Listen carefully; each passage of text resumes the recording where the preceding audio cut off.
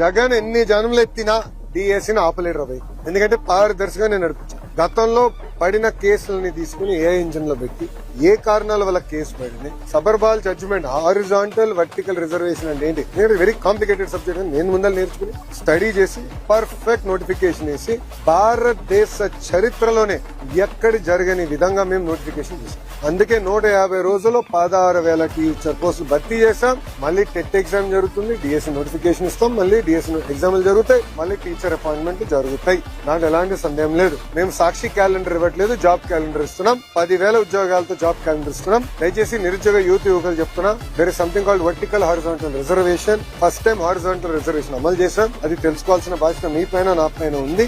ఇది horizontal reservation పాటించకపోతే Sabharwal judgement అనేది ఉంది. ఆ జడ్జిమెంట్ అడ్డంగా పెట్టుకుని ఈ వైకాపా పార్టీ మన కోర్టులో వేసి స్టే తీసుకొస్తాం.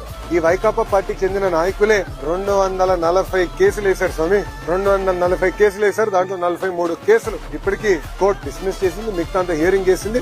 నేను పారదర్శకంగా నడిపించాం, మా డిపార్ట్మెంట్ పారదర్శకంగా నడిపించింది. నాకు ఎలాంటి సందేహం లేదు. ఫుల్ ప్రూఫ్ గా చేశాం. అండ్ వాస్తవంగా మీరు చూస్తే 5 సంవత్సరాలు జగన్ అధికారంలో ఒక డిఎస్సీ చేయాల, గ్రూప్ 1 నోటిఫికేషన్ ఇవ్వాల, గ్రూప్ 2 నోటిఫికేషన్ ఇవ్వాల, జాబులు భర్తీ చేయలేదు. ఒక ప్రభుత్వ ఉద్యోగం కూడా భర్తీ చేయలేదు. ఆయన పెద్ద పెద్ద మాటలు చెప్తారు. అసలు ఆయనకేం అర్థం అవుతుంది సార్? ఒక డిఎస్సీ చేస్తే వర్టికల్ హారిజాంటల్ రిజర్వేషన్ ఏంటో ఆయనకు అర్థం అవుతుంది. ఒక డిఎస్సీ చేయకుండా, ఒక్క టీచర్ పోస్ట్ ఇవ్వకుండా మా పైన మాడే హక్కు మీకు ఎట్టొచ్చింది స్వామి? మీరు ముందర సబ్జెక్ట్ తెలుసుకోండి. ఆయన ఏమన్నాడు? అసలు ఎక్కడ మేము రిజల్ట్స్ బయట పెట్టలేదు, మళ్ళీ ఆన్లైన్ ఆయనే ఓపెన్ చేసి చూపించాడు ప్రెస్ మీట్ లో. మీరు చూసాడు లేదు?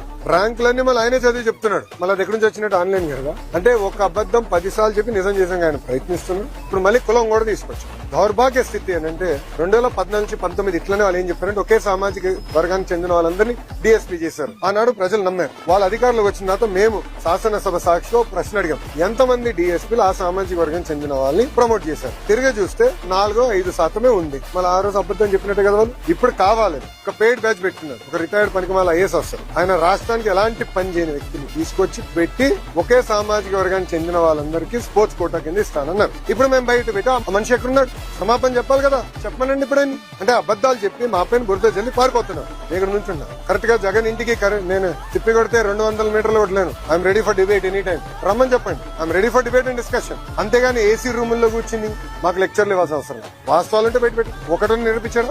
240 కేసులు వేసి ఎందుకు ఆపలేదు? డిఎస్సీ పారదర్శకంగా నడిపించాం. స్పోర్ట్స్ కోట కూడా పకడ్బందీగా నడిపించాం. మేము కమిటీ కూడా పెట్టాం. ఎవరికైనా అన్యాయం జరుగుతుంటే మీరు ఇలా కమిటీకి చెప్పండి. ఆ కమిటీలో సీనియర్ అధికారులు ప్రతి విషయం రివ్యూ చేస్తున్నాం. ఎందుకు వాళ్ళకి రాలేదు కూడా చాలా స్పష్టంగా చెప్పారు. ఇప్పుడు మా అధికారులందరూ టెక్నికల్ పైన ఆన్సర్ చేశారు. అక్కడి నుంచి సౌండ్ లేదు. జగన్ గారి దగ్గర నుంచి సౌండ్ లేదు. మళ్ళీ అదే అబద్ధం చెప్పడానికి ప్రయత్నిస్తున్నారు. మేము ఇచ్చిన సమాధానానికి దానికి రెస్పాన్స్